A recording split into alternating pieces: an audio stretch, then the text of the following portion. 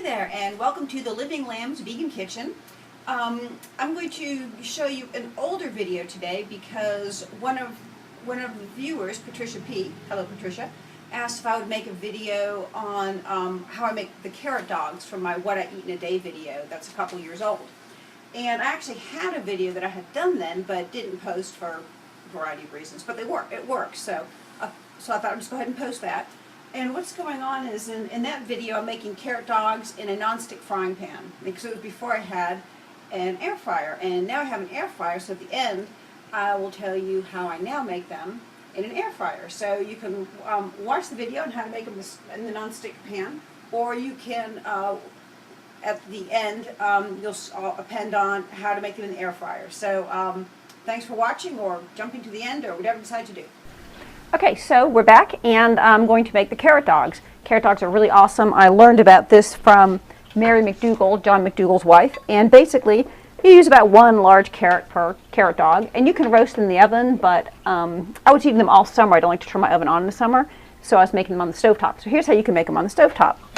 Just take your carrots, and I cut them in half, short way, and then in half the long way. And I usually put just a little teeny score down the kind of center root, or whatever you want to call it, but just a little teeny score, almost just nicking it. I don't know why. I feel like it helps them steam better. I don't know if it does.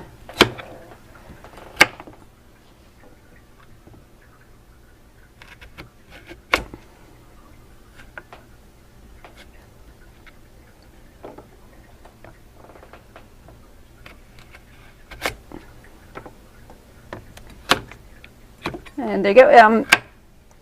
Then all you have to do is put them in your pan.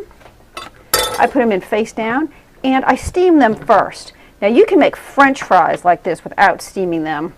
I'll tell you about French fries, and I'll show you a video on French fries too.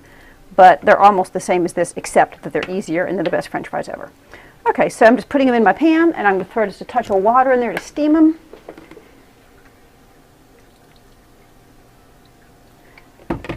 I'm going to steam them for about 3 minutes until you can kind of fork them pretty easily, and then we'll be back. So we'll see you in just a couple minutes.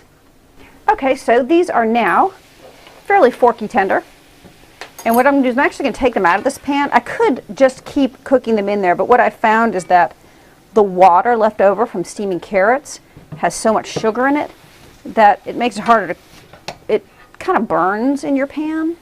And this is a scan pan, so it doesn't matter too much, but I figure I may as well, give the pan a break and rinse it out. Nice thing about scan pans, which I love, is you can cook without oil, and you can just put them under cold water and shock them, and it helps them clean them really good. So I'm just going to give this a quick clean, just to get that carrot sugar off there.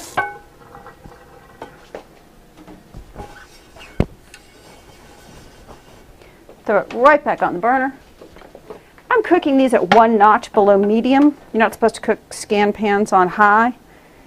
You're only supposed to use medium, so I do them 1 notch below just to be safe. Let's put the carrots right back in. And now what we're going to do is we're going to cook them with the lid on for about 5 minutes, or until they're getting nice and brown on the bottom.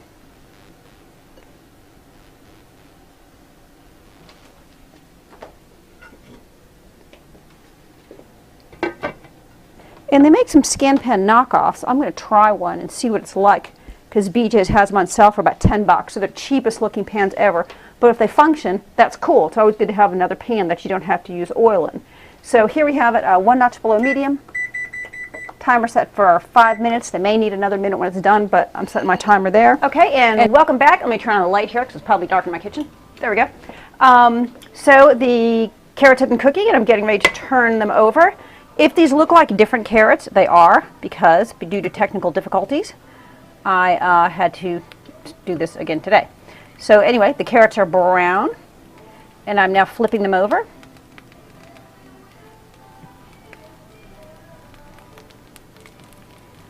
And all you do is just turn them over, cover them up, and then cook them for another 3 minutes. See you in 3 minutes. And we're Thanks. back, and our 3 minutes is up, and the carrots are browned on the other side. Whoops. I'm just going to put them all into this pan, or into this plate. And I'm going to wash my pan out. And it's a scan pan, so all you do is shock it under cold water. It is awesome. And your carrot dogs are ready. You can put them on whatever you like. Hot dog buns, bread. I'm going to put mine on homemade tortillas. I've got some companion videos going here on homemade tortilla shells. So tune into one of those. And I'll see you soon. Oh, you know what? We'll come back and I'll show you making one on a tortilla. Okay, thanks. Bye-bye. I'm going to put some carrots on here. And make a delicious carrot dog. Just put whatever you like, or I hope used to like. Well, I hope you didn't like it at all. If you were raised a vegan, that's awesome. I wasn't. So what I used to like on a hot dog, right on there. And let me get some mustard from the fridge, because I think we want some of that too.